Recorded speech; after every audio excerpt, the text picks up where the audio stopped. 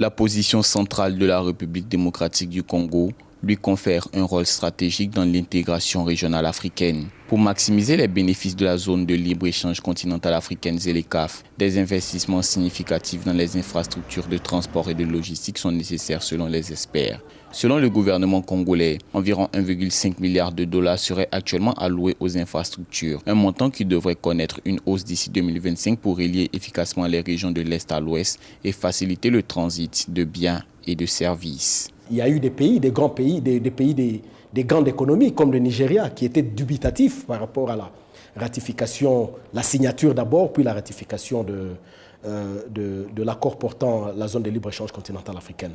Mais évidemment, la RDC accuse beaucoup de problèmes en termes d'infrastructures. On ne sait par exemple pas aller de l'Est à l'Ouest, du Nord au Sud, avec des infrastructures fiables.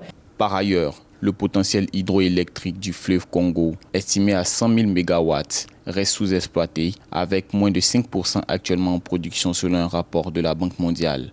Une meilleure exploitation permettrait, selon les experts, de positionner la République démocratique du Congo comme un fournisseur majeur d'énergie propre en Afrique, renforçant l'attractivité pour les investisseurs et la compétitivité du pays dans la ZLECAf en fournissant une énergie stable aux industries locales. La RDC doit être consciente du rôle qu'elle doit jouer dans l'interconnexion des réseaux africains et donc cela doit commencer par l'interconnexion des régions de la RDC. On doit connecter donc la RDC de l'Est à l'Ouest, du Nord au Sud, pour permettre en fait cette intégration économique africaine que nous appelons de tous nos vœux.